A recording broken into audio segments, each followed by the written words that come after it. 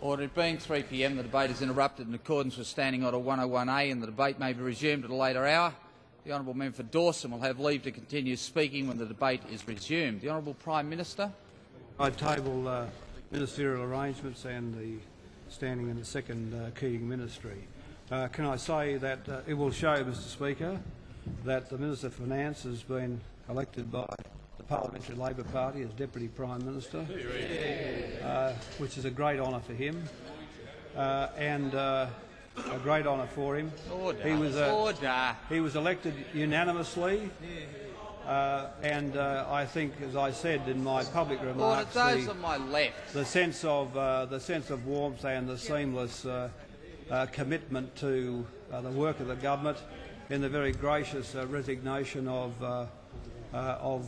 Brian Howe and the election of Kim Beazley unanimously, I thought spoke volumes for the unity and cohesion within the government.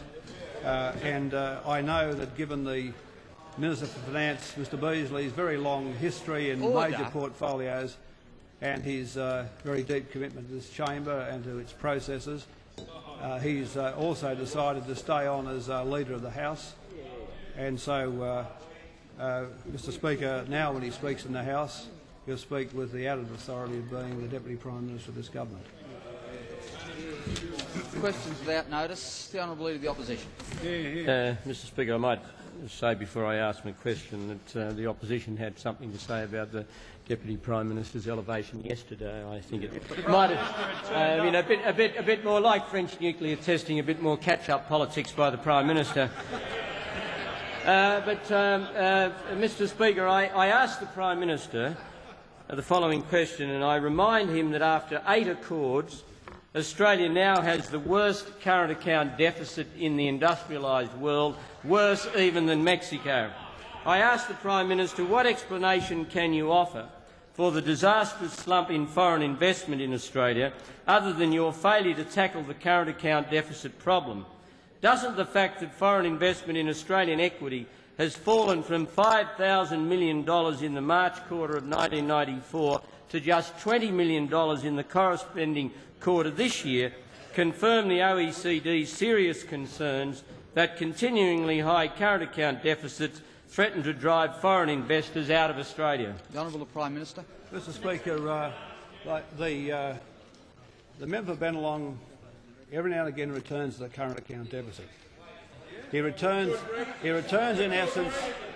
Yes, he returns in essence to one of the country's remaining problems, the paucity of private savings, which is the underlying reason for the current account imbalance. In doing so, Mr Speaker, he returns to the scene of the crime. He returns to the fact that during his stewardship of economic policy in Australia, with double-digit inflation, he destroyed the propensity of Australians to save. And Australians, Mr Speaker, bitten once and burnt once, were not about to come back and lend their money to people at less than the inflation rate, as happened in the 1970s. Negative rates of interest in the 1970s at some point, with the rates of return being less than the inflation rate. Is there any wonder, Mr Speaker, that we had a trend decline in private savings? And when he had the chance, after the former Labor government having commissioned the Hancock Committee to look at the introduction of a comprehensive superannuation scheme to approach the savings issue in a direct way, he said, and I quote from his press statement, the government has decided not to introduce the scheme of national superannuation recommended by the majority of the committee. Too hard. Too hard. Too hard. In other words, Mr Speaker, well, we had, Mr Speaker, we then had a decline, a quite disastrous trend decline in savings, which this government then sought to change by bringing the budget back into surplus in the 1980s from the massive levels of deficit left by the member for Bennelong. So not only did he destroy the propensity to save privately, but he had the public sector dissaving by a massive amount, with a budget deficit of over 4% of GDP. And so the government, this Labor government, had to bring that back into surplus, We've now produced, I think, four surpluses from memory, Mr. Speaker, 4 surpluses from memory, and as a consequence of those changes, I warned the member from Gippsland. Well, Max is only a remnant from bygone days, and he's forgotten it all around here. He's still living off his 70s information base. Mr. Speaker, and as a consequence, the member for Bennelong was quite happy to see the budget's heavily in deficit. Well, Mr. Speaker, you did ask a question. Do you want the answer? Order. Those on my left will cease interjecting. And not only did he see that paucity of private savings, he saw the budget deficits under his stewardship go into a massive level of public sector saving. So, Mr. Speaker, when he had the chance to do something about it with superannuation, he didn't. He said he wanted the freedom of choice for individuals that they currently enjoy in arranging their own affairs to be retained. And of course, when he had then a policy of 0 tax on contributions, 0 tax on fund earnings and 5% on lump sums, we had less than 40% of employees covered and only $40 billion in fund assets. We're heading towards $1,000 billion in fund assets and $2 trillion by the year 2020. So, Mr. Speaker, that's why and how the government has responded to this. The other thing is, Mr. Speaker, about the Accord, is when Mr. Howard was last the Treasurer, he had 18% wages growth in 1980-81. 18%. And we're now in the Accord, Mr. Speaker, which the government has today announced with the ACTU, and I'll come to that later, because I intend to. Mr. Speaker, the Deputy Leader of the Opposition. As a consequence of that, we are actually targeting the economy to continue growing with strong employment growth based on an underlying inflation rate over the period on average of 2 to 3%. 2 to 3%. Now, could you imagine J.W. Howard, Treasurer, talking about a wages accord guaranteeing wage restraint to deliver a 2 to 3% inflation rate? Impossible. Impossible. And as a consequence, we've seen this enormous change to the economy's competitiveness, which is best shown by these two statistics: 2 million jobs and a 40% increase in household disposable income since 1983. 2 million jobs and 40% increase in household disposable income since 1983. Order. Mr. Speaker, is it any wonder whenever they hear the word Accord, the Liberals start always saying, knowing in their hearts they could never deliver such a thing, because they've got no faith in the Australian people, and, Mr. Speaker, above all else, they've got no imagination and definitely no integrity. The Honourable Member for Griffith. Thank you, Mr. Speaker. Mr. Speaker, my very important question is to the Prime Minister, and it concerns the outstanding achievements announced today of Accord Mark 8. Can the Prime Minister outline to the House the benefits which the Accord system brings to Australia as an instrument of national policy making? Top question. The Honourable Prime Minister. Mr. Speaker, the eighth Accord coming on the successful 7th Accord, which had an employment target of 500,000, which we reached in 2 years and have now had 630,000 jobs since the time it was signed, shows that the Accord process of managing an economy that is not putting all of the burden onto fiscal or monetary policy but having a third instrument, wages, is the way that the Australian economy can best be operated and run in the context of a set of cooperative agreements between the government and the workforce of this country and the trade union movement of this country. So, Mr. Speaker, I'm happy to advise the House that the government has today agreed to and entered into its 8th Accord with the Australian Council of Trade Unions, which is entitled Sustaining Growth, Low Inflation and Fairness. And, Mr Speaker, it says, this accord is based, I read from it, is based on and consistent with maintaining an underlying rate of inflation of 2 to 3% on average over the cycle. It talks about the prospect of 600,000 jobs over the cycle of this agreement. It talks about the further extension of enterprise bargaining and also the provision of the award safety net, where it says in very specific terms it refers to the importance of putting a net under those people who can't access the enterprise bargaining system.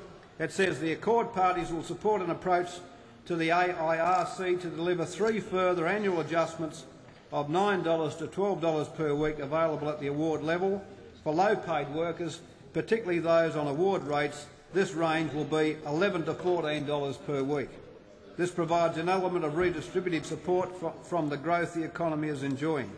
Now, Mr Speaker, it is that very great change we've seen to a flexible enterprise bargaining-based system of industrial relations underpinned by the equity of a safety net, which is the quite revolutionary way in which Australia has changed from a centralised wage-fixing system that guarantees economic efficiency and equity, and it guarantees it with low inflation. Mr Speaker, isn't it a change to see the trade union movement of this country under the Accord, now eight marks of the Accord, 8 models of the Accord, all committed to low inflation and sustaining economic growth? And we just ponder for a moment the success the Accord has had with the original stabilisation of the economy in 1983 and its return to growth, the change to superannuation, extension to superannuation, the productivity and skills formation accords of the late 1980s, the enhancement through award restructuring and the change to the award system through award restructuring and a shift to productivity, the devolution of the wage system away from centralised wage fixing to an enterprise bargaining system, and the 7th Accord, of course, putting jobs first with employment and the 500,000 jobs target, and now the 8th Accord, sustaining growth with low inflation and with fairness and equity.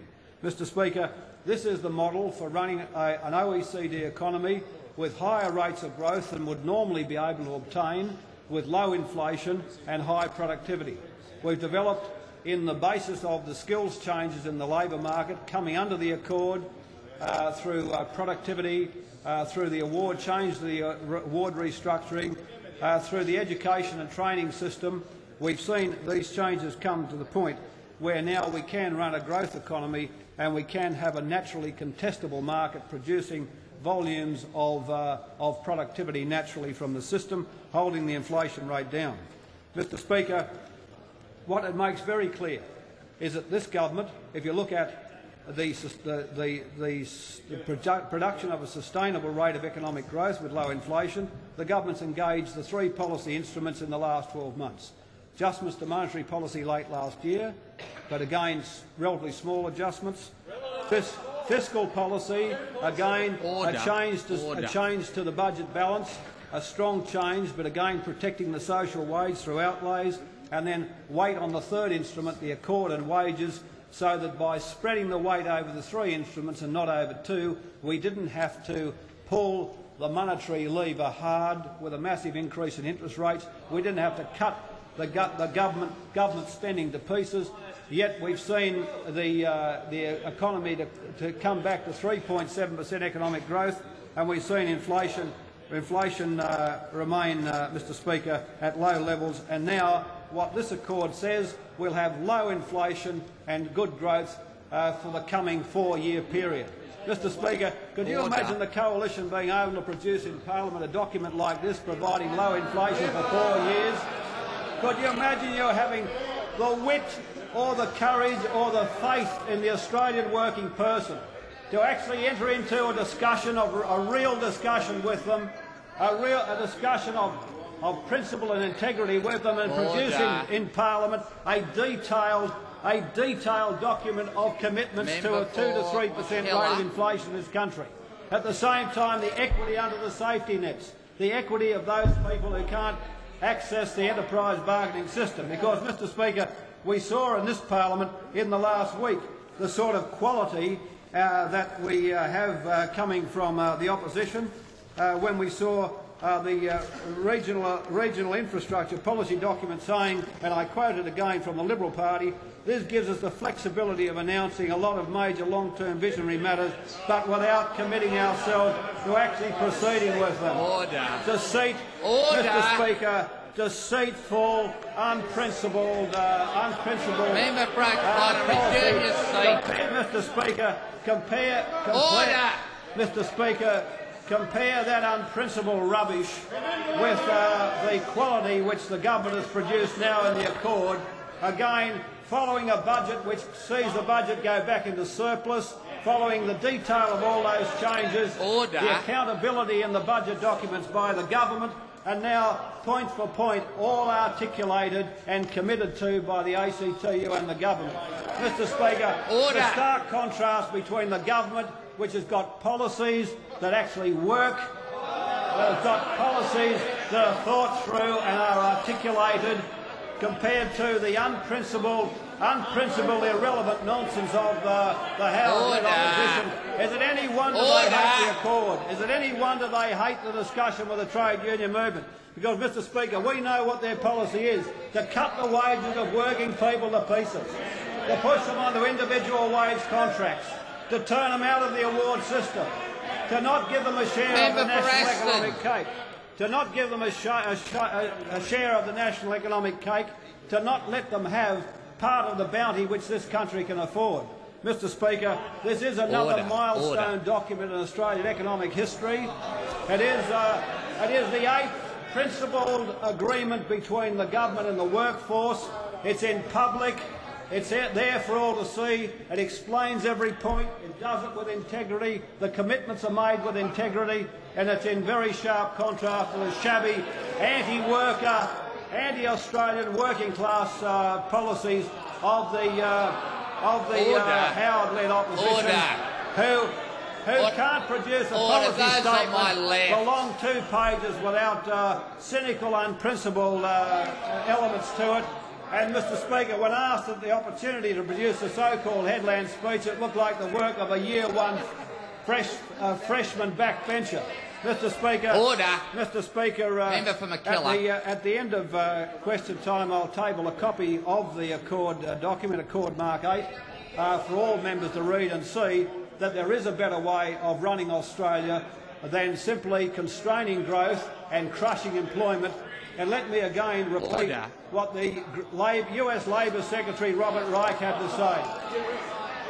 He said the choice between an American-style economy with high growth, high employment growth and low wages, or a European economy with high wages and lousy employment is a fairly rotten choice. Mr Speaker, Australia's come right up the middle and has come up the middle again with Accord Mark 8. The Honourable Deputy Leader of the Opposition. I warn the member for O'Connor. I can assist you very easily. Mr Speaker, my question is to the Prime Minister. In 1983, Australia's current account deficit was the 5th worst in the OECD. In 1984, our current account deficit was the 4th worst. In 1985, it was the 3rd worst. By 1994, it was the worst except for Mexico, and now it is the worst in the OECD, even worse than Mexico. Do you regard this as a result of policies that work? Do you regard this as a better way of running Australia? Or do you now concede your absolute failure on the current account deficit? The Honourable Prime Minister. Mr Speaker, in the years since the government's been in office, we've seen the export growth of Australia go from 13 to 22% of GDP. Mr Speaker, that's 9% of GDP in exports. GDP this year is about $500 billion. That's $45 billion of exports. Extra. 45,000 million of extra exports. We've also seen 2 million jobs created in the period, Mr Speaker. We've seen strong rates of economic growth and enormous restructuring of the Australian economy. We've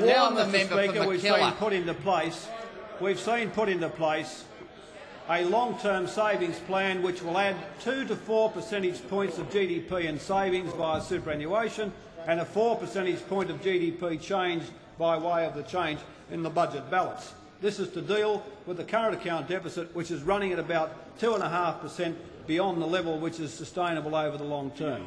Now, Mr Speaker, I noticed the Deputy Leader in asking that question failed not to mention 1980-81, where at 6% of GDP under Treasurer John Howard, it was the highest from memory in the OECD at the time. Now, Mr Speaker, 6% of GDP in 1980-81. Order. Now, Prime Minister, wait. Just wait for a moment. Order. I remind members again of the provisions of Standing Order 55. The Prime Minister has been asked a question by the Deputy Leader of the Opposition. I think he's trying to listen. The Prime Minister has the call. Mr Speaker, at 6% of GDP in 1980-81, the rot had set in. We'd seen the terms of trade fall from the Menzies years when we saw those enormous prices for wheat and wool, and asleep at the wheel was the member for Bennelong. As these terms of trade declined, no, he wasn't asleep at the wheel. He was watching the petrol on the fire of wages at 18% wages growth. He was watching the smashed profits. He was watching the smashed investments. And as I said in this House, Mr Speaker, in 1983, when he walked out of the job, he was so happy to be relieved of the responsibility, so happy that it had fallen on this government to carry the burden, of his failure to do with any change, any fundamental change in economic policy. It was a complete flop in terms of the change. The Leader of the Opposition. The Leader of the Opposition knows better. Prime Minister. The Leader of the Opposition is not helping to set the example. The Prime Minister. Mr Speaker, on inflation, on profits, on investment, on wages growth, on all of these things, Mr Speaker, Australia was in a vulnerable position by the early 1980s, so much so that the current account deficit was 6% of GDP in 1980-81. And our debt, Mr Speaker, had risen from about 5 or 6% of GDP to 30% in the 3 years after the government came to office. That is, the long-term rot had produced a change in just 3 years of 30%. Now, Mr Speaker, in the period, the government then substantially stabilised the growth of that debt, so today it's about 36 or 37% of GDP from memory. But, Mr Speaker, that's with the placing offshore of 86 billion of Australian assets. And in the analysis, which in the imputations in the question from the Deputy Leader, he failed to mention the fact that we have offshore now 86 billion in private Australian assets. Mr Speaker, against 7 billion of private Australian assets in 1983-84.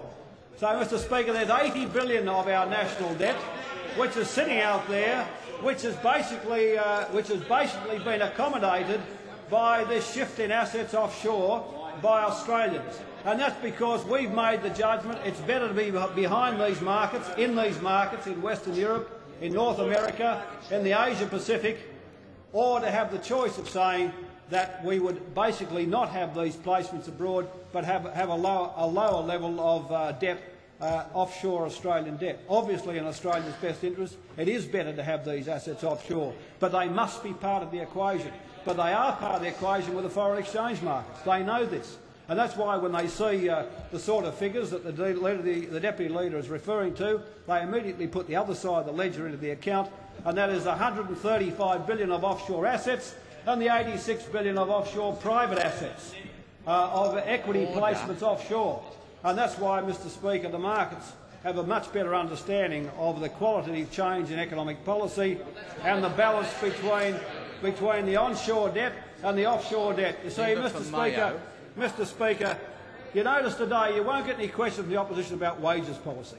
You won't get it about inflation, because they're embarrassed to hell about the Accord Mark 8 again, as they always are. As if they could deliver a document saying, here we are, we've sewn up the workforce to 2 to 3% inflation over the next 4 years. Could you imagine the breastfeeding from the opposition if they were able to stand up with any veracity and say, we've come to an agreement with the workforce to have 2 or 3% inflation over the next 4 years? We've got a commitment there to 600,000 jobs. Could you imagine the breastfeeding we would get from them? But what are they about today?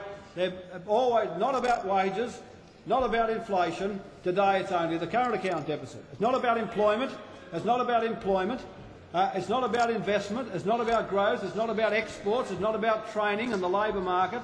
It's not about the skills base. It's only about the current account deficit, without even acknowledging these great changes which have taken place and even this great change today, this great policy change today, and the changes we've seen in Australian assets abroad.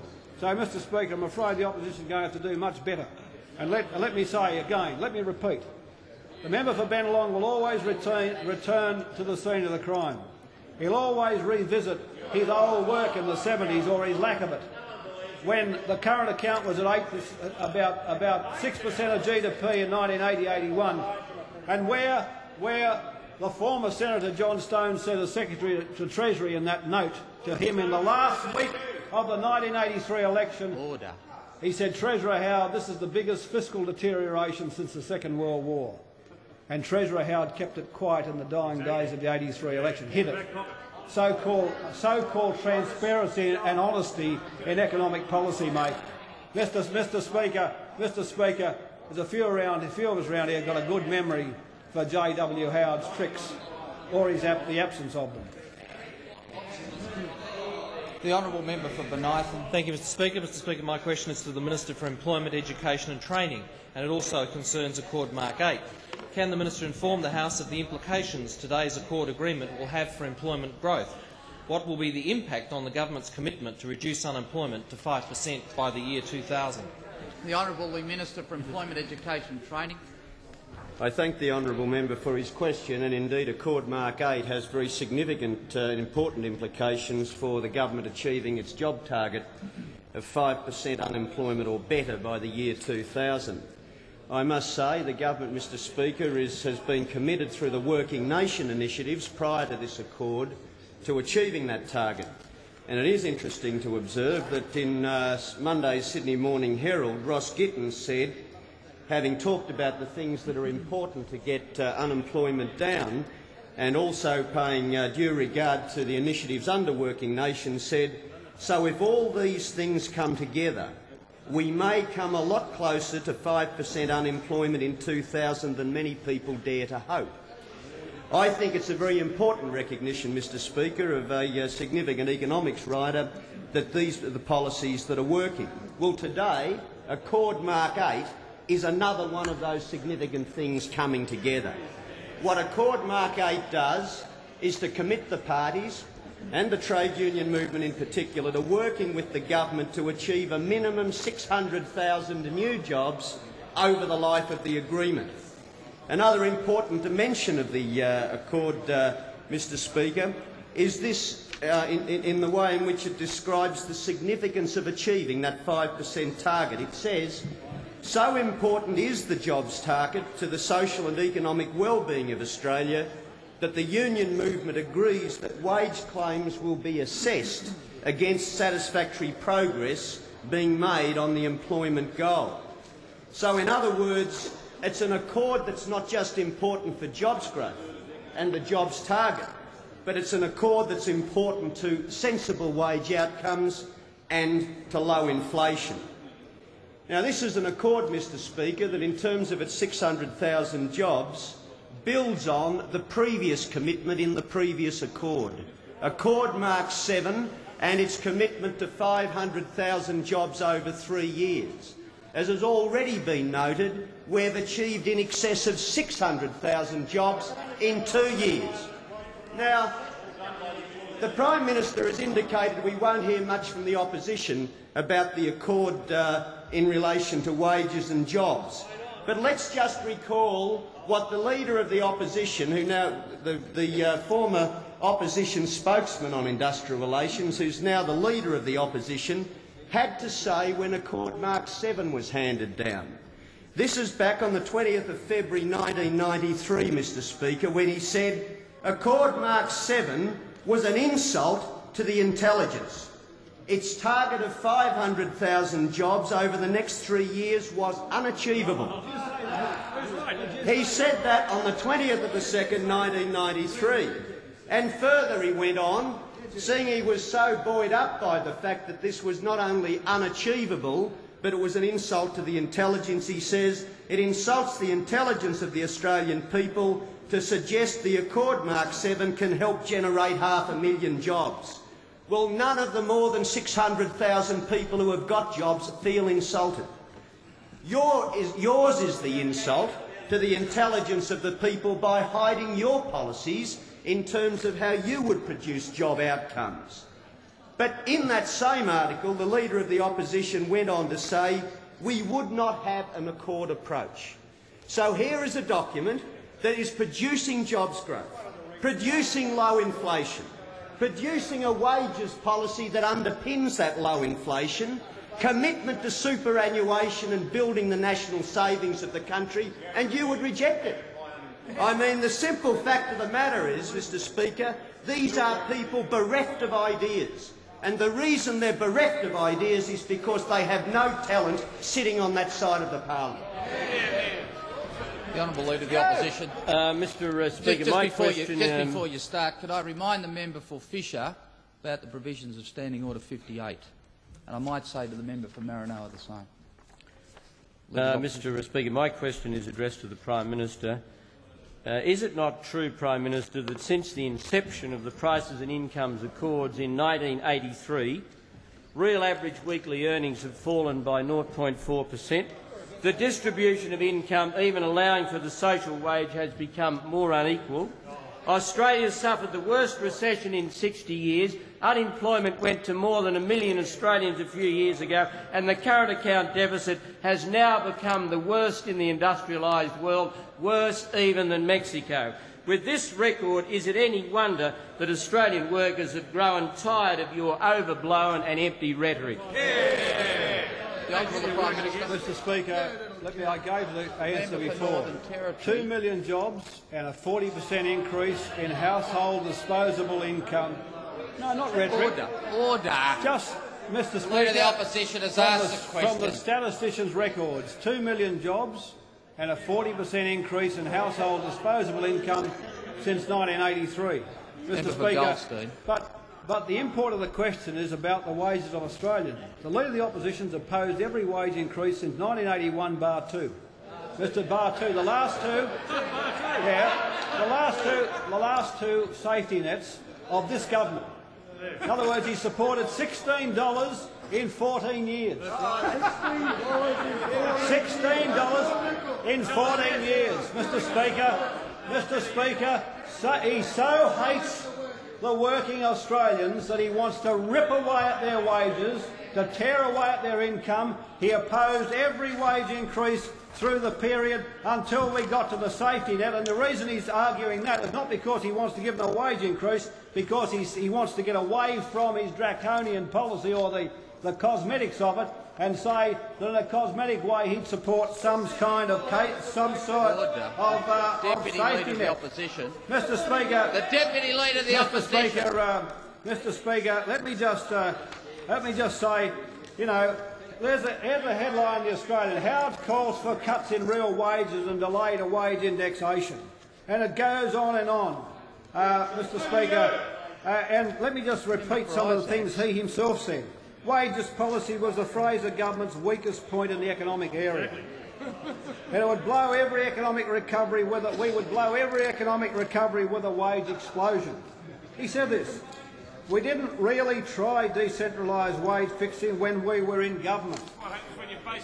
We had a schizophrenic approach to wages policy. Now, these are all statements by him, Mr Speaker, by the Leader of the Opposition. I mean, there were. Wages policy was the Fraser government's weakest point in the economic area. He was the Treasurer. And it blew every economic recovery with a wage explosion. We didn't really try decentralised wage fixing because we were in government. Oh, you see, he's engaged in conversation now, the Speaker. The quote's a bit too hard for him. We had a schizophrenic approach to wages policy. You see, all of a sudden he gets interested and his puppeteer friends up giving him a question or a bit of conversation when the hard answers come back, Mr Speaker. He had a schizophrenic approach to wages policy. That's from his own mouth, not claims by me. And you can see, Mr Speaker, you can see, Mr Speaker, by his utterances how it calls for cuts in real wages, a delay to indexation. He opposed every wage increase by the last two safety nets. He supported $16 in 14 years. I mean, it's outrageous. And then he's up talking about the wages of Australians. He wants a system, Mr Speaker, he wants a system where the no disadvantage test does not apply. That's the system he wants.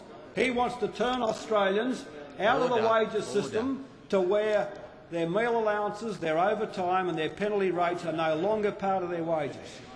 He wants to drive them back to award minimums and award minimums only, and then if they change and they move out of the wages system, 1.6 million Australians change jobs. As they do, they lose all the award protections. And he's going to gut the award system and see these people come back in without the protection and only under individual wage contracts. John Howard is out there to butcher working Australians on their wages, just as he has always done. Just as he has always done. He's been the complete Tory on all this. He's opposed all the wage increases. He's basically about ripping the low pay down. Mr. Speaker, and I've said in this House on a number of occasions, what an objective. Here's an economy with enormous strength. Here's an economy with enormous wealth. I mean, this year, 4% growth, 4% of 500 billion, 20 billion of extra wealth, 20,000 million of extra wealth, but he won't see someone on $20,000 get a decent adjustment or protection under the awards. What a philosophy.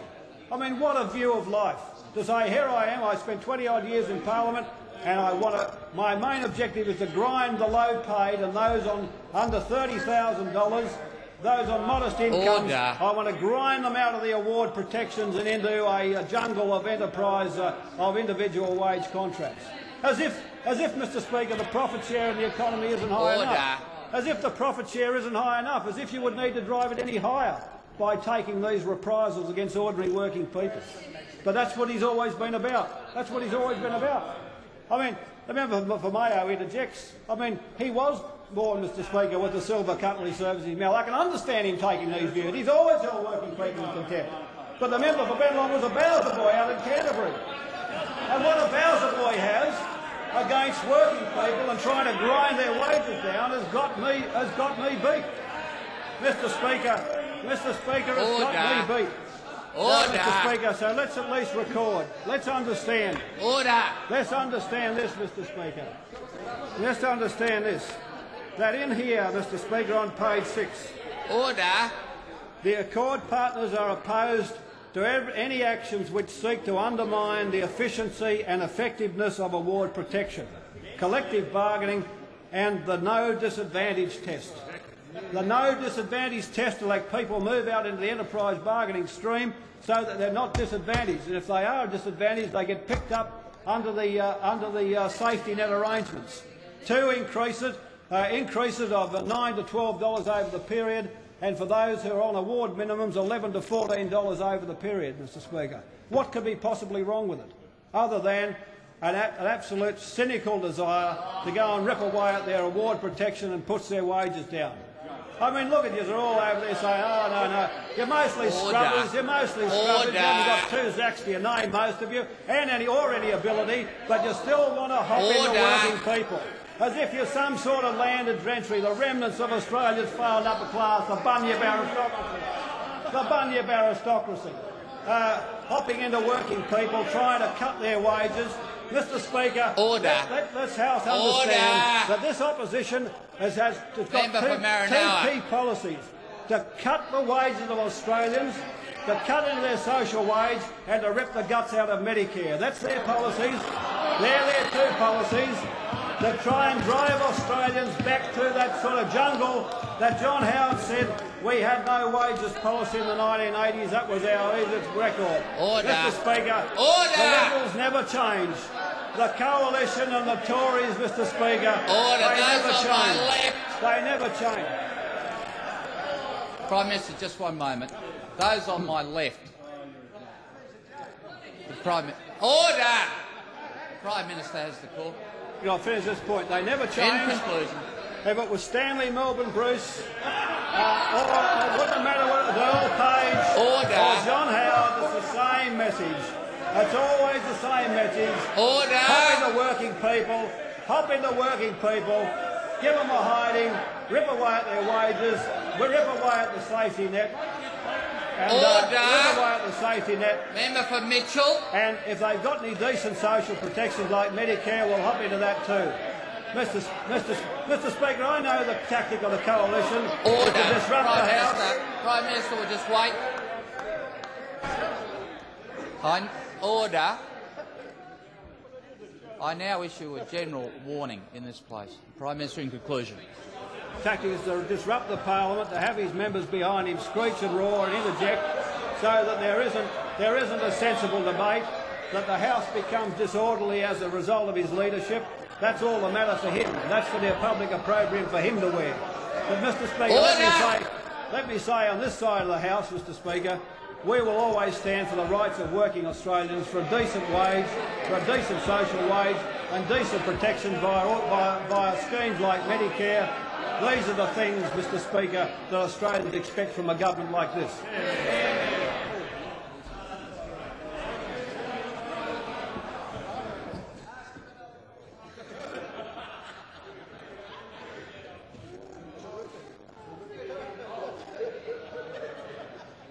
The honourable member for Lowe.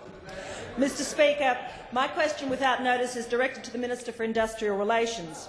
It also concerns Accord Mark 8. What contribution will Accord Mark 8 make to maintaining fairness in Australia's industrial relations system, and will Accord Mark 8 ensure that those workers who need protection will get it? The honourable Minister for Industrial Relations. Yes. Well, I'm delighted to answer the honourable member's question about Accord Mark 8, Mr. Speaker, the accord that's so much in keeping with the totality of our IR reforms. And I might say the accord that continues the process of encouraging federal award employees into the enterprise bargaining stream, Mr. Speaker, and doing so at the same time as we maintain fairness, at the same time that we maintain employee protection, the very hallmarks of our policies.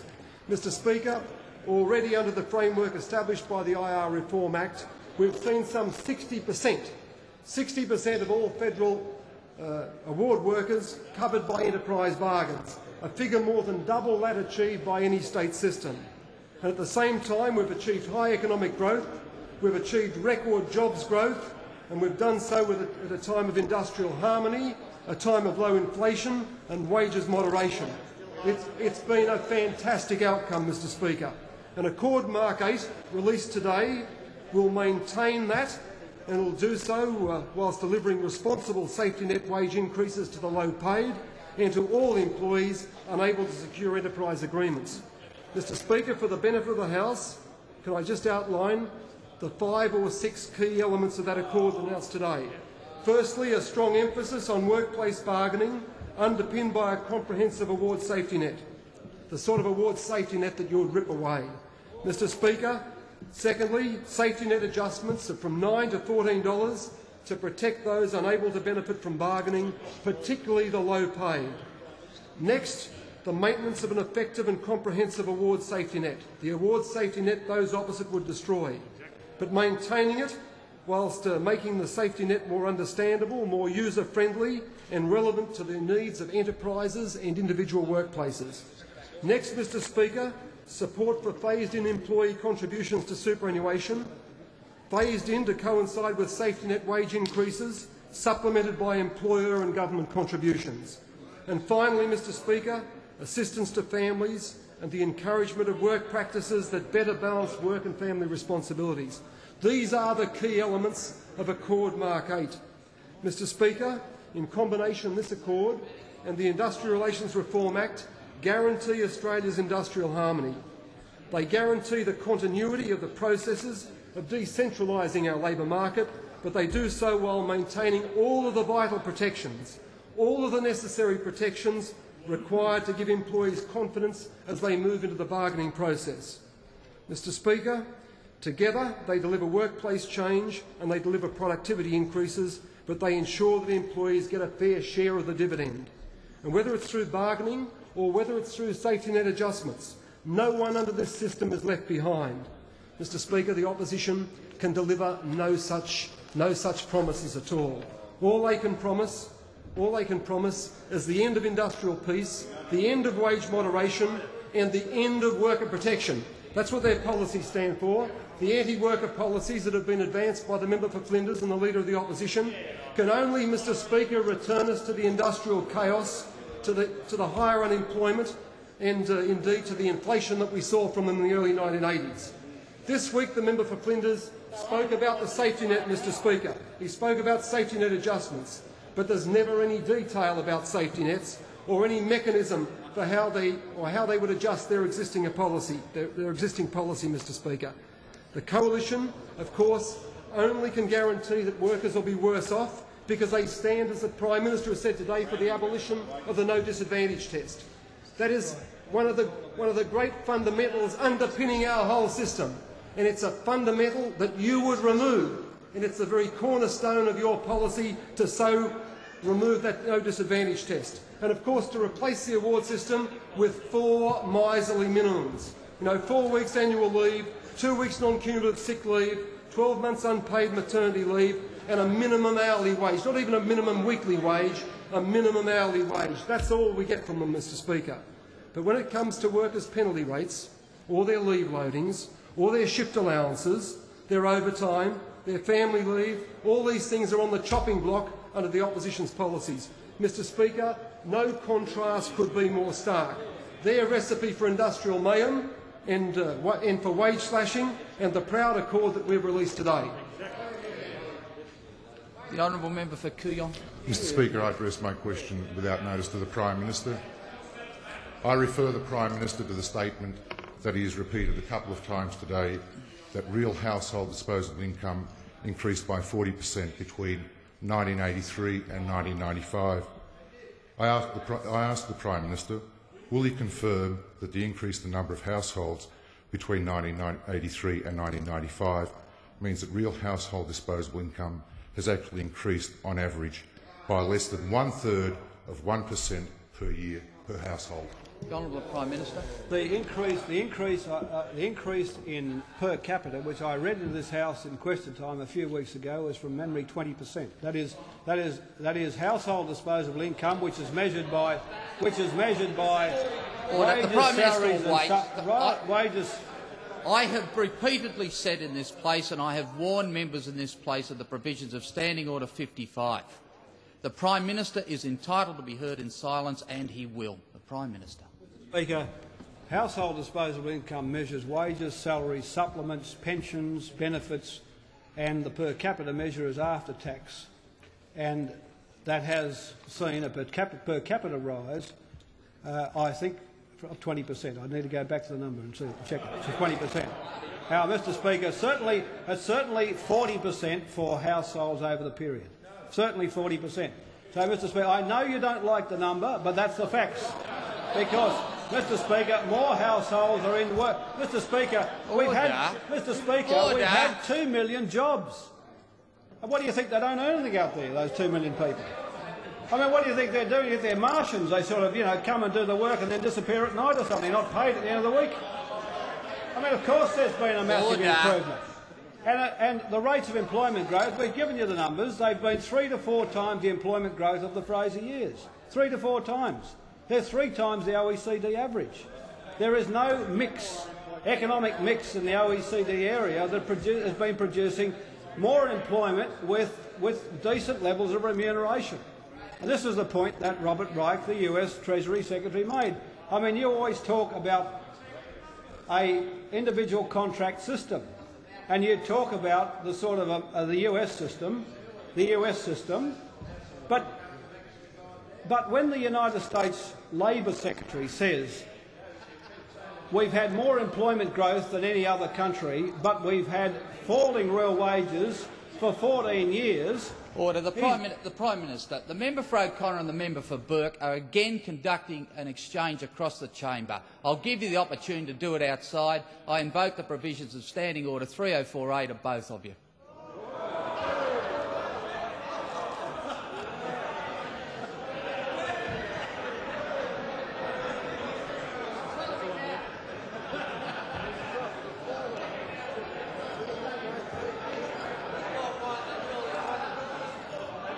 Order. The Prime Minister has the call. Mr. Speaker, in those most revealing remarks by someone with such standing in the system as the Secretary of Labor of the United States about the system that he presides over, I would have thought at least some members of the coalition would say, well, what sort of a system is that? When we've seen enormous growth in American wealth, high levels of profitability, to see a continuing decline in the real wages of Americans over a sustained period of 14 years is an appalling outcome. And you've seen the references, I've made them in the House of the Europeans, a number of them, to the fact that they have high wages growth in Europe but lousy, very lousy workforce growth. In Australia we've come up the middle. We've got strong employment growth and a sensible basis for remuneration. But we do want to look after the less advantaged with a safety net. And it's a safety net that the opposition are opposed to. They want flexibility, but not flexibility upwards. They want flexibility downwards. And again, I repeat the point, Mr. Speaker. Why anybody would want to hop into people on $20,000 and reduce their wages, or to reduce the wages of people in that income range up to around average weekly earnings, 33,000, is beyond me. I can see no economic point to it, not when the profit share in the economy is now so high. I mean, what are you arguing for? A higher level of profits, the GDP? I mean, it knows now no historic precedent. Why would you get it by tugging away at the people on the bottom? But that's your vicious, prejudicial position against working people. It's always been a vicious, prejudicial position against working people. Even the people who run businesses don't have your position. It's just a snaky ideological position of your political party. So, Mr. Speaker, Mr. Speaker, I saw them MTIA and they came to see me the other day before this, and to see the Treasurer and the Member for Industrial Relations myself. I didn't hear from them any such claim for flexibility downwards. I didn't hear them saying take away the no disadvantage test. I didn't hear them saying that the safety net didn't matter. I didn't hear him say these things because they don't hold those views. The only people who hold those views are the narrow, vicious political interests of the Liberal Party. So, Mr. Speaker, that's why the member's question is wrongly based. It's wrongly based because the fact we've had 2 million job growth. Could you imagine if you had 2 million job growth, we'd never hear the end of it. If you had 2 to 3% employment, we'd never hear the end of it. And yet when we go through these things, they say, oh yes, what's next? What about the current account deficit? Well, Mr. Speaker, what about the growth in the employment? The honourable member for Werriwa. Thank you, Mr. Speaker. My question is to the Treasurer. As the Treasurer has seen reports that Australia is heading for an economic apocalypse, and that I quote, severe corrective measures are required. What is the Treasurer's response to these reports? The Honourable Treasurer. Mr. Speaker, I thank the member for Werriwa for his question because it does raise an interesting issue. I have seen these reports. They relate to comments made by the Deputy Opposition Leader yesterday following the release of the OECD half-yearly economic outlook, and the sort of things that he said were, as the member for Werriwa has said in his question, that is, talking about an economic apocalypse occurring unless drastic action was taken, and then saying his doorstop the government ought to be announcing some severe corrective measures which they'll take to fix things up, and then saying that what's absolutely clear now is that the government has been running a fiscal policy which is too loose, and the OECD has made that point. Well, Mr. Speaker, the fact is the OECD made no such point. What the OECD said in its half-yearly economic outlook was that the forecasts for Australia were very similar to those that the government has. They are slightly different at the margin because they're talking about calendar years, not financial years. But with that minor difference, they essentially endorsed our forecasts. And what they said was that for economic growth, that we would have growth in 95 of 3.8% and in 96 of 3.5%. No sign of an economic apocalypse there. And what needs to be clearly understood is that those rates are quite high by standards of other countries. In 95, that rate of 3.8% is the 5th highest of all Western developed countries. That is only 4 other countries with a higher rate of growth expected in 95. And for 96, we're the 4th highest, i.e. only 3 others with a higher rate of growth. So far from saying this country is facing economic apocalypse, the forecast of the OECD is that this country is going to grow with the very top rates of growth in the OECD this year and next year. And what about employment? And in relation to employment, the forecast by the OECD this year, 95, is 2.8%, and in 96, 2.6%. And again, these are relatively very high rates of growth. Equal 3rd highest rate of growth of employment in the whole of the Western developed world in 95, and in 96, the 3rd highest. So again, very high rates of employment growth. So no sign of economic apocalypse there. So what the OECD expects is the continuance of very good outcomes with relatively high rates of economic and employment growth. Mr Speaker, what the Deputy Opposition Leader said yesterday was based on the fact that we had a forecast for the current account deficit by the OECD in 95 of 6%. That, of course, just reflects the 6% figure that's in the budget for 94.5. So there's nothing new in that figure, it's just endorsing the sort of figure that we had in our budget.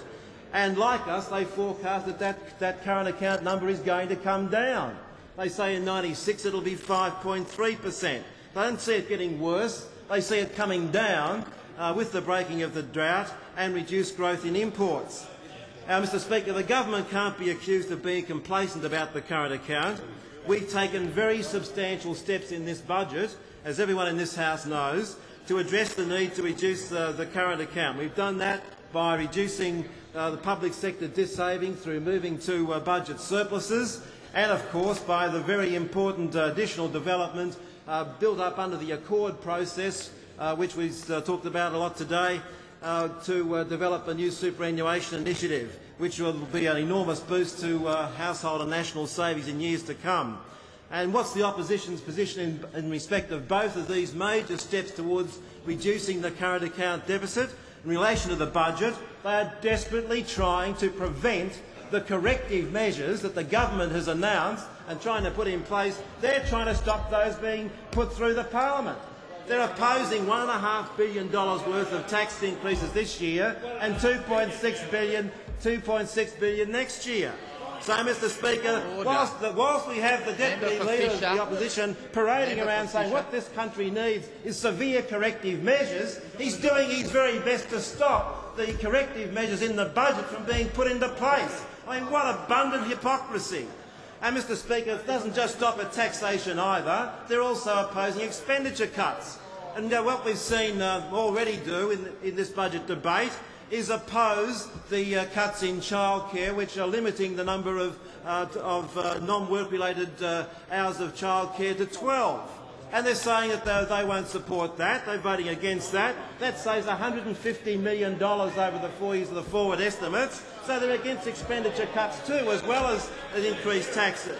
So, Mr Speaker, we've got this situation where you've got this sort of the broad, oh yes, let's have severe corrective measures, a terrible problem, and when it comes to dealing with the individual issues, which this government has responsibly put before this parliament to reduce the pressure on interest rates and to reduce the current account deficit, they're opposing them one by one.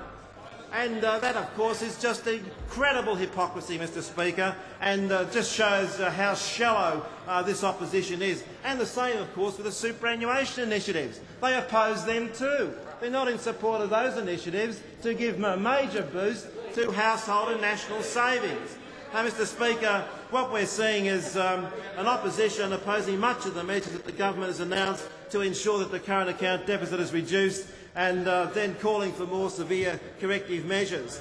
Mr Mr Speaker, the fact is that what this economy needs is for the budget measures to be passed. Now, the forecasts that are made by the OECD are follow-on from their spelling out in that document of the budget measures. That is in the broad, the move to surplus. So they spell those out, and on the basis of that they say this country is going to grow by almost 4% in 95 and be at the top level of the OECD and have the similar results on employment with those measures. And if you try and take those measures away, you are simply sabotaging our efforts to produce good economic outcomes in this country. And that's what is being done. But to do that, Mr Speaker, at the same time say what this country needs is more severe corrective measures is just an extraordinary amount of abundant hypocrisy and shows how abysmally unsuited the opposition is to govern this country. The Honourable Leader of the National Party. Mr Speaker, my question without notice is directed to the Prime Minister. Did the Prime Minister receive advance notice or an advance copy of the Governor-General's speech delivered last night in Queensland? What is the Prime Minister's position on the issues raised by the Governor-General, specifically the full recognition of same-sex couples, including the right to adopt children, and the question of euthanasia? Order. The Prime Minister. I haven't seen the speech, and I'm not aware whether I've received a copy of it. Last night, of course, I was meeting with the ACTU over the Accord Mark 8. But, Mr Speaker, let me add to an answer to the previous question. I've since taken the figures. Order. Just a moment. Just a moment. Mr. Speaker, the Leader of the Mr. National Speaker, Party, resume your seat. Mr. Speaker, the Prime Minister's answered that question. He is entitled to an answer. Mr. Speaker. Order. Mr. Speaker, I haven't seen the. Mr. Speaker, I was asked earlier about household disposable income, and from the second quarter 1983 to the second quarter 1995. Household income per person rose by 19% real. 19% real. So the whole basis of the question was wrong. That may be an inconvenient number to you, but that's the progress which has been made by the government with Australians under the Accord process. Order. The Honourable Member Gibson on a point of order. Point of order, Mr Speaker. There's some misunderstanding. There were two parts to the Leader of the National Party's question. No, the Prime Minister's only answered the first and has avoided answering the second part of the question. Resume your seat. There is no point of order. Member for Chifley. Mr Speaker, my question is to the Minister for Communication and the Arts. Can the Minister advise the House about actions being taken to improve access to home telephones for people on low incomes? Can he also advise the House about the outlook for other changes to telephone services? The Honourable Minister for Communications and the Arts. Order. Mr Speaker, I'm very interested in this. Given the Leader of the Opposition and the member for Kooyong's alleged interest in the interests of low-income earners, let's see what they've got to say about this new service, which the Honourable Member for Chifley's been kind enough to ask me about. Last November I advised the House that Telecom would be trialling a new service to make it easier for low-income earners to get a telephone on at home.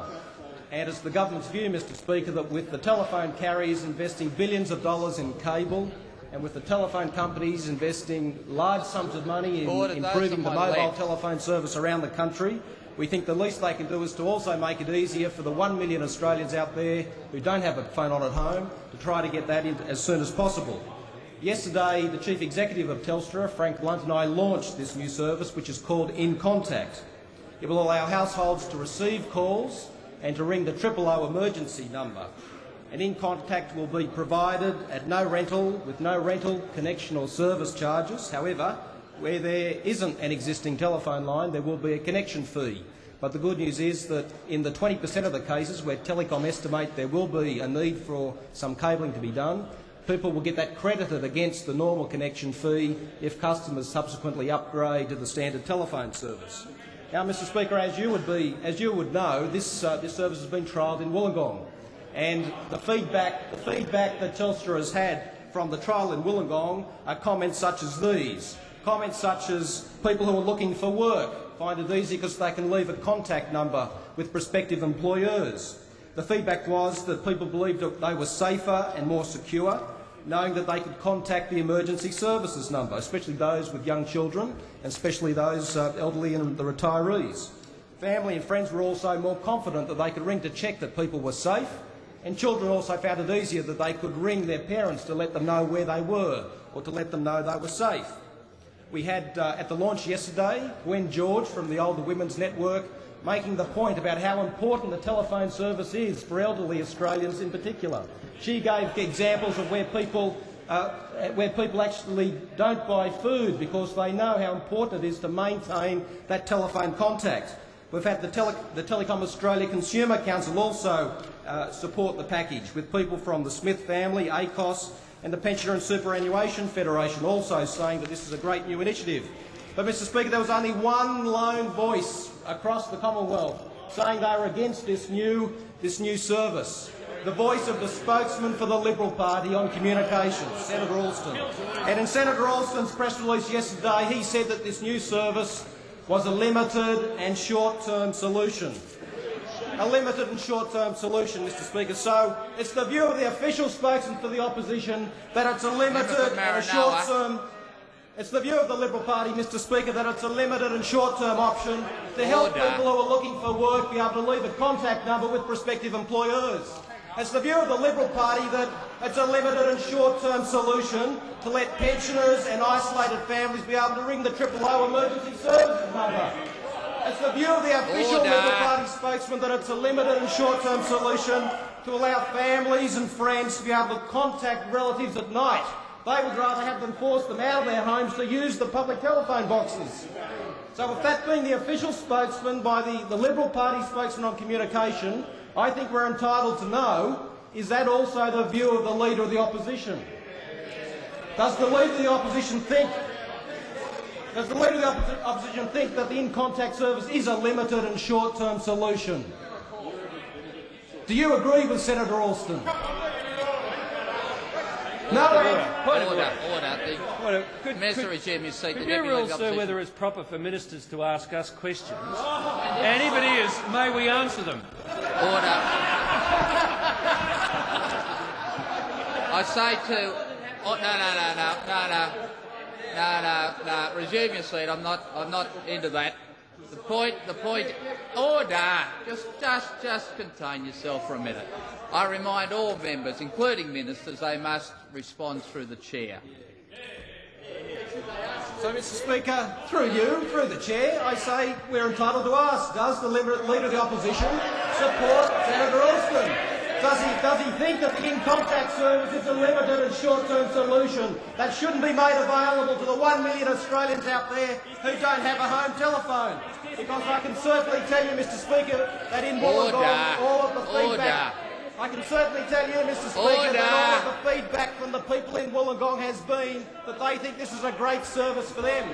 And in 3 states alone, Telecom have had more than 1,000 calls to the 13 number from people saying that they're interested in this new service.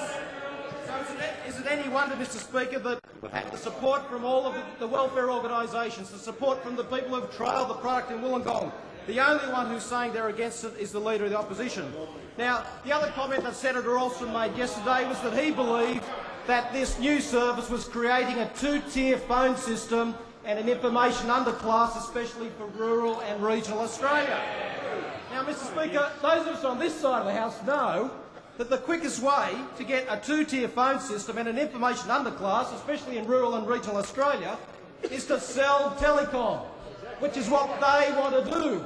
And no doubt if the Leader of the Opposition has his way, and the new owners of telecom, no doubt including substantial shareholders by foreign telephone companies, we're then entitled to ask, Mr Speaker, we're then entitled to ask, Mr Speaker, how will the Leader of the Opposition guarantee that these foreign telephone companies will maintain the services in rural and regional Australia? How can the Leader of the Opposition assure the member for Parkes that the foreign telephone companies won't cut back the service in Broken Hill?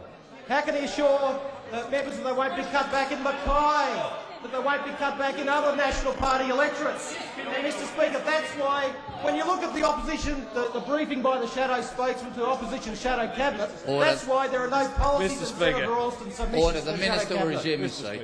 The Deputy Leader of the Opposition. This really is going far too long, and as you know, questions have to be short and to the point so we can answer them. But I suggest that you instruct the Minister to wind up, because this call really is taking a long time. Order. The Deputy Leader will resume his seat. The Minister in conclusion. The Minister in sincerity that a fop could put it. The Minister in conclusion. I agree with the Prime Minister, and let me also say that that's why, when you look at the Senator Alston's submissions to the Shadow Cabinet, it's like a headline clipping service rather than the development of policy, and that's because he's afraid to tell the National Party what it means for you if he sells telecom.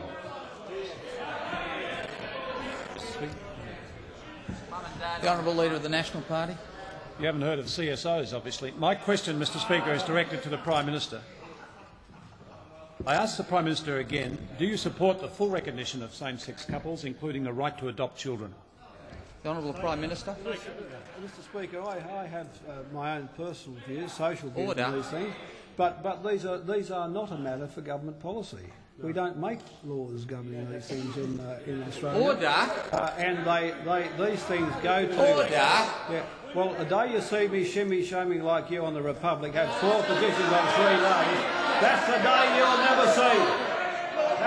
That's the day you'll never see. Order. Those on my left. You stand for nothing. Those on my left. You're out of your age and out of your depths. You're out of your age and you're out of your depths. Order. A remnant from days gone by. Order. A remnant from days gone by. Prime Minister might just wait once again. Prime Minister will wait.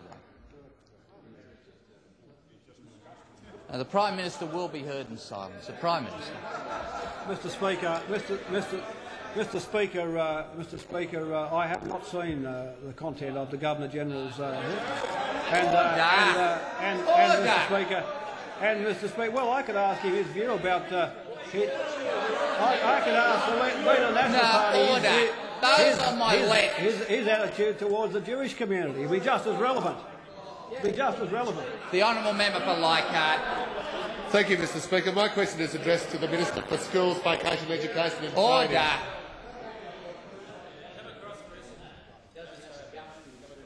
The Honourable Member for Leichhardt.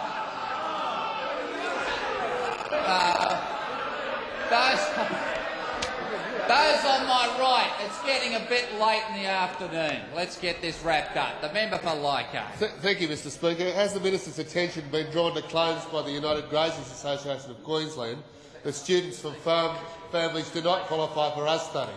Are these claims accurate? The Honourable Minister for Schools, Vocational Education and Training. Mr. Speaker, I thank the member for Leichhardt for his question.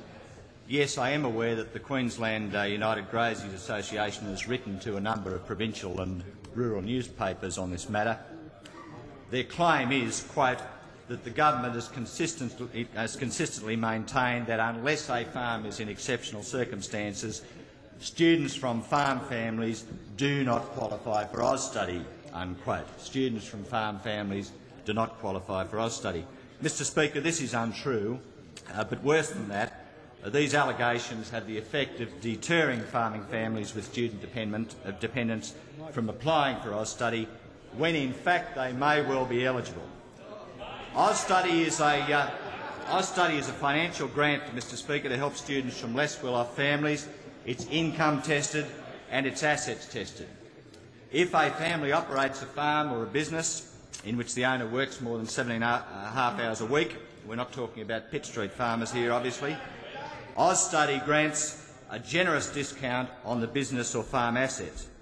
For Austudy purposes, only 50% of the net worth of the farm assets are counted, net meaning the value after subtracting any debt owed on the assets. A family can have a business, such as a farm under these rules, valued at around $750,000 net, that's $750,000 net, and still get Austudy.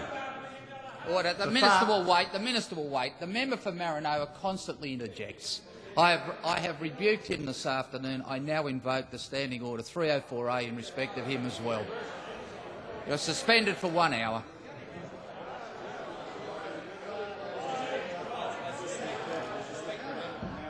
An accomplice in this, and it's a pity you won't be here to hear the rest of the answer. Order. Mr. Speaker, has the call. For farms, the value of the home and the curtilage of up to 2 hectares is also a deductible item. The United Graziers Association refers in its letter to exceptional circumstances, and what it's talking about, of course, areas declared drought-affected special circumstances. And in those areas, no assets test applies at all. According to the latest ABARE statistics, the average net equity in which the owner holds in broadacre farms in Australia, given over to mixtures of livestock and crops, was $663,630. That's below the Austudy assets test threshold, even without deducting the value of the house and the surrounding land. For wheat and for other crop farms, the ABARE figures show the average net value of about $790,000, about $40,000 over the assets limit, but when you deduct the value of the house and the curtilage, again, it comes below the threshold. For sheep and beef farms, pretty much the same applies. Average equity $790,000. For sheep properties, average net value $707,000, again within the assets test. In other words, Mr Speaker, the average farming family is not disqualified under the Austudy assets test. Of the 208 farms valued by the Australian Valuation Office in New South Wales and Queensland and WA for Austudy purposes in 93-94, of those 208, only 33 were over the limit in gross value. More than 5 farm families in 6 had no difficulty qualifying under the assets test. And apart from that, there's the drought assistance package, which I mentioned, which provides a safety net for those in special circumstances. The Australian Valuation Office will provide valuations where weather or market conditions have forced the value of the property down. And I should point out that farming families can apply for Austudy at any time during the year if their assets fall below the threshold. So, Mr Speaker, I would ask all honourable members, and particularly those members of the National Party, including the member for Maranoa, to disown the claims of the UGA, because telling farmers that they shouldn't apply for assistance is quite wrong. The honourable member for Mayo. Thank you, Mr Speaker. Mr Speaker, I direct my question to the Prime Minister, and I ask the Prime Minister whether he is aware that earlier today Senator Evans told the Senate that he had written to French Prime Minister Juppé after the election of President Chirac, indicating Australia's opposition to nuclear testing, but that Senator Evans refused to table the letter. Is the Prime Minister aware that subsequently today Senator Evans has revealed that in his letter to Prime Minister Juppé he did not make any direct representation whatsoever concerning French nuclear testing, but in fact simply congratulated him on his appointment? Isn't it now obvious that the government wanted to hide Senator Evans' letter to the French Prime Minister because that letter is proof that from the time of the election of President Chirac, the government has taken a soft and weak stand on the issue of French nuclear testing? The Honourable Prime Minister. The Honourable Prime Minister. Order. Mr Speaker, I mean, the adolescent fantasies about gunboat diplomacy from the member for Mayo are just too much.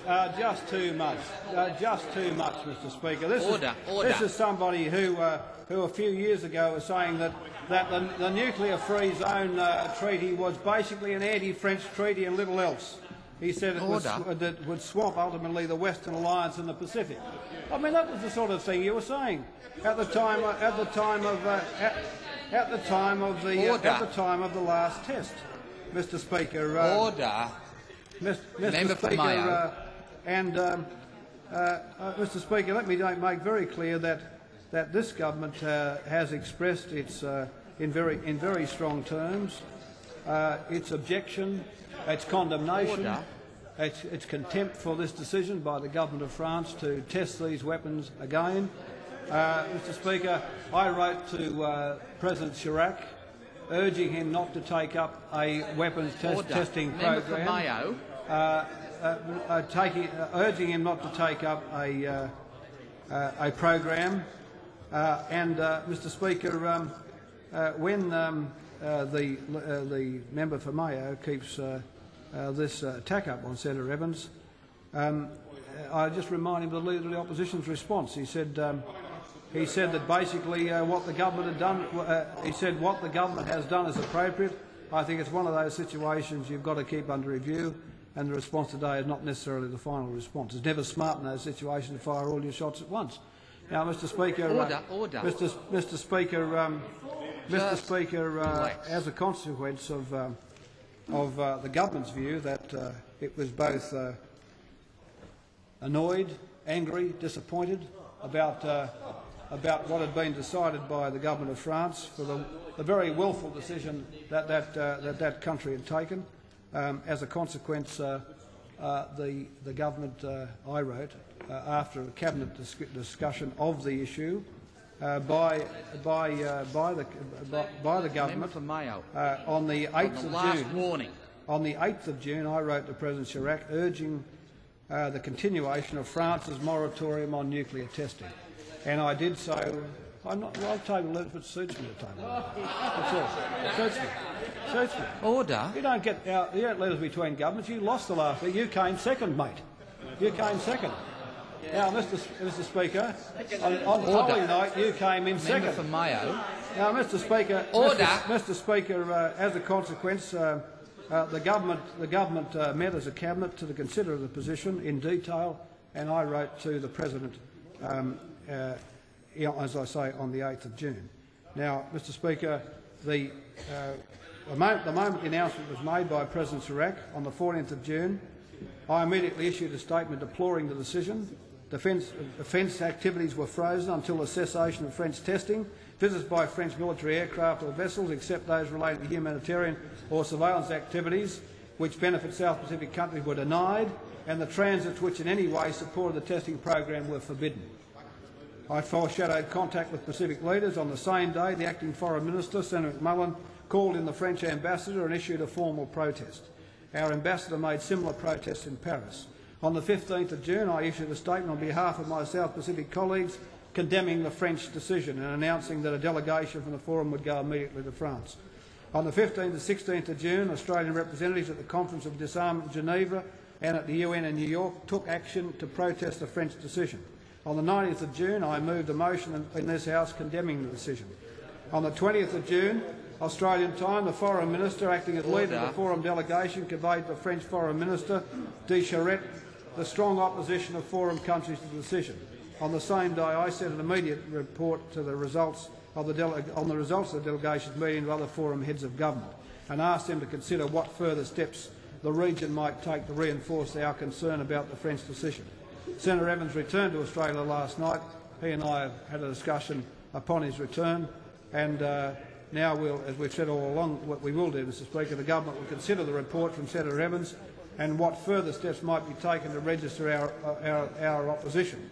And, Mr. Speaker, we've begun receiving responses from our partners in the South Pacific, and we look forward to their replies and be in a position to announce some coordinated regional responses. So, Mr. Speaker, I think that on those issues the government's position has been a very strong one. But let me say this also to the government of France. There's no greater the decision taken by the government of France is no deterrent against the greatest nuclear threats now facing Europe and the world, and that is the emergence of new nuclear weapon states, the rotting carcasses of old Soviet reactors in Eastern Europe, stockpiles of degrading nuclear weapons and weapon systems and contaminated nuclear sites. Mr. Speaker, it's worth reminding the House there are 21 Chernobyl-type RBMK reactors which are considered to have an inherent design fault, operating in Russia, Lithuania and in the Ukraine. Mr. Speaker, when I saw Prime Minister Balladur in France over a year or so ago, the Prime Minister said to me one of the great concerns facing his government and Europe is the state of the 21 Chernobyl-type reactors that are sitting in Russia, Lithuania and the Ukraine. We've seen already the damage that came from Chernobyl. Could you imagine if there are any further reactor failures of the kind we saw spread across 21 reactors, which have got to be over time replaced? And that is something that I think, if the government of France wants to worry about the protection of its people, it needs to worry about a nuclear cloud over Europe threatening a civilisation of people, which can come in a very real way from the design fault and the collapse of this reactor system in Russia, Lithuania and the Ukraine. Mr. Speaker, there are There are also 100 nuclear reactors from an estimated 50 idle... Order. Order. Mr Speaker, there are 100 nuclear reactors from an estimated 50 idle Soviet submarines. Order. The member for Fisher on a Thank you very much, Mr Speaker. The Prime Minister may well be giving us some interesting statistics, but pursuant to Standing Order 145, he ought to reply to the very specific question from the honourable member for Mayo, which related to a letter Senator Evans allegedly wrote to the French Prime Minister. Order. Order. The Prime Minister is responding to what I thought this House considered to be a very serious issue, and the Prime Minister has the call. Order. Order. Order. Mr Speaker, as I said, there are around 100 nuclear reactors from an estimated 50 idle Soviet submarines, which will need to be dismantled and the spent nuclear fuel treated and safely stored. They're lying around Vladivostok. They're lying around. They're lying around the other eastern ports of the Soviet Union. They're lying around the Black Sea. They're lying off continental Europe. Now, Mr Speaker, these are the real threats to France and to the other countries of Western Europe, and not some sort of imagined threat. Now that the Cold War is finished, needing to calibrate the capacity of their weapons in the stockpile of the variety that they're testing at Mururoa. They're the real things. I name the member for Fisher. Will the member for Fisher be suspended from the service? Question is the motion be agreed to. All those of that opinion say aye. The contrary, no. I think the ayes have it. Noes have it. Division required. Ring the bells.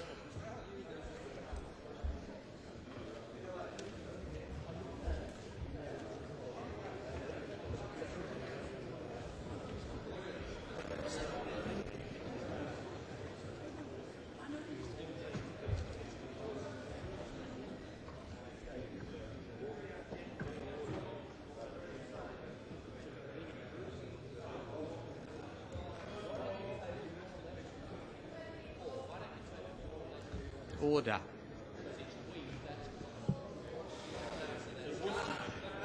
Order. The member for Flinders and the member for Mayo. Just sit and relax.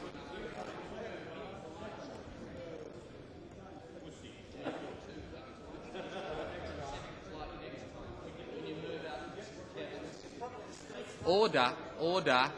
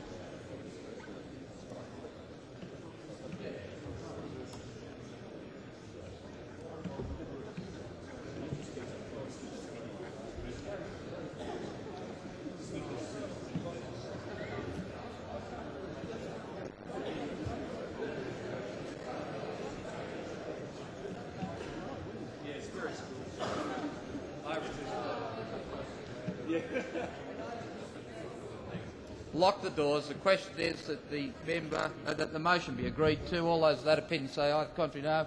The ayes will pass to the right of the chair, noes to the left. And I appoint tellers for the ayes, the honourable members for Fowler and Port Adelaide. Tellers for the noes, the honourable members for Wannon and Riverina.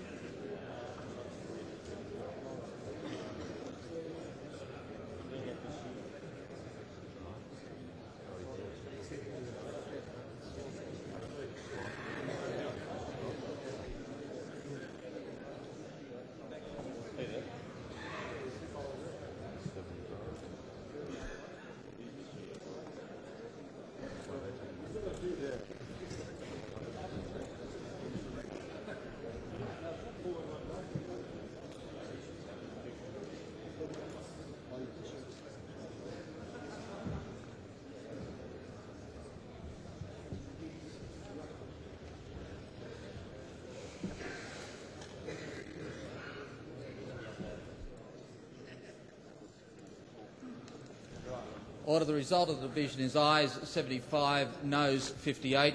The question is therefore resolved in the affirmative. This being the honourable member's second suspension during this year, the suspension is for the remainder of this sitting and the next 3 consecutive sittings. The Prime Minister. To conclude on these points, I would have thought that, Mr. Speaker, I would have thought that the opposition would have been concerned about the state of concerned about the state of Western Europe in terms of these reactors, and not have interjected the way in which they had. But, Mr. Speaker, let me make very clear, as far as the government's concerned, we'll keep focusing on the nuclear weapons proliferation issue. We'll keep Australia's best endeavours going towards these things such as chemical weapons and the Comprehensive Test Ban Treaty. We'll be doing all in our power to basically stop the spread of these weapons to non-weapon states. We'll try and stop the diversion of these materials, and we keep reminding the French, amongst others, of the imminent prospect of some catastrophic failure to their north. in those programs, which do genuinely put the French population at some severe risk, but unfortunately as well, not just the French population, but the population of Western Europe. Mr. Speaker, I ask that further questions be placed on those.